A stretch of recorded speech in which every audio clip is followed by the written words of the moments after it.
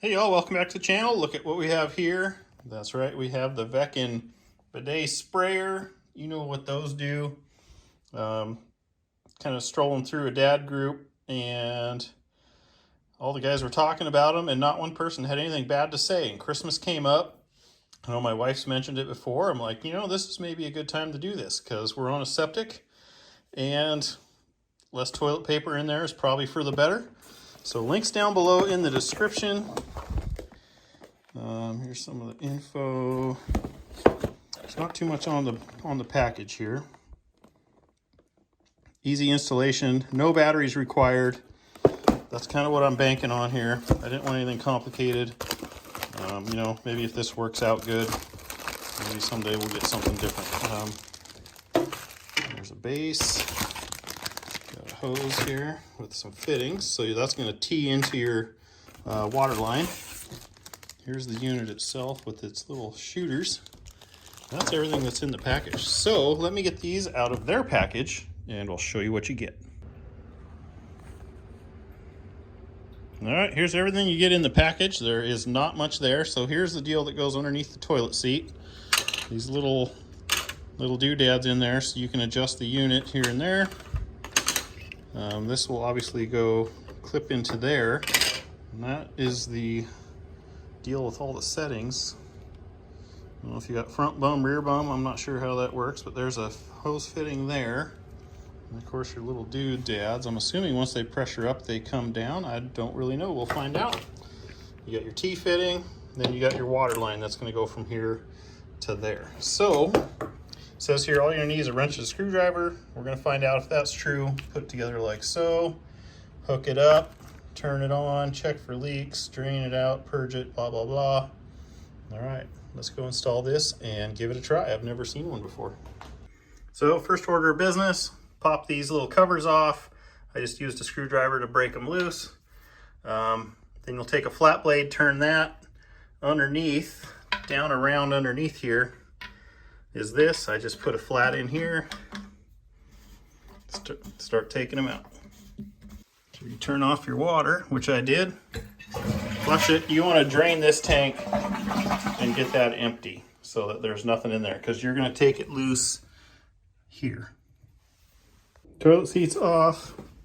I got the valve in here, the splitter. I haven't turned anything on, obviously. It's just there. So now we're going to install the unit. But you can see how the holes don't perfectly go in the middle of each of those holes. So that's what these slotted ones are for. Kind of looks like a face, doesn't it? That's kind of funny. So you'll do this and then put the lid back on, the toilet seat, back through those holes. All right, so I've got it somewhat centered. I'll get the little nut deals on the bottom of those and then I'll get it kind of centered up and get these things so everything's even and looking good. And then we'll snug those up. All right, it's all snugged up. Now you put these covers back on, clean up your mess. Looks like this one actually is made to where you can lock and unlock the toilet seat with these. But anyway, do that and clean up. Now we'll hook up that water line. All right, it's got it hooked back up. Cool thing about this little nut is on each end, you can tighten up each end with it. So you don't need a wrench. I had one down here, didn't need it. I just turned the water back on. We're checking for leaks, which everything feels really good right now. What you could do with that hose is if you twist it, you could kind of get it to curve under like that. I don't know.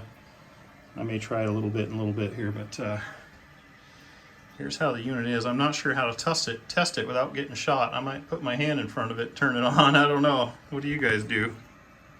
All right, so there's a feminine wash, and then there's a rear end wash. I don't know what you'd call it there. I don't remember what it says in the manual, but so one does one does the other. So the more you turn it, the higher pressure, the farther it'll shoot. So keep that in mind. One way is one way, the other way is the other. Okay, on and tested. I'm not sure how to show you guys. I put my hand in front of it. So it's got the two settings on here. The rear one side will pop down, and the more you turn it, the higher the pressure, the bigger the stream. Wash some dirtiness out of here. But honestly, I didn't try it on myself there. That was from something else. But I splattered water all over the place because I had my hand like this, and when they shoot, they shoot. So just be forewarned. Don't just turn it on like this because you'll shoot yourself right in the face, and it'll probably be pretty comical. But this one's not heated water, so it's cool water shooting on your junk. But that's it. So that's the installation. If I try it on low, I could show you. You see, the more I do it, the lower it'll go. If I put it on too much, there's the other one. If I put it on too much, it'll come out past that and start shooting at me, but I don't want to do that. But it shoots a pretty good stream, not gonna lie. So I hope you guys found that useful. I got no other way to show you. But like, comment, subscribe. Check out the links down below in the description if you're interested in one.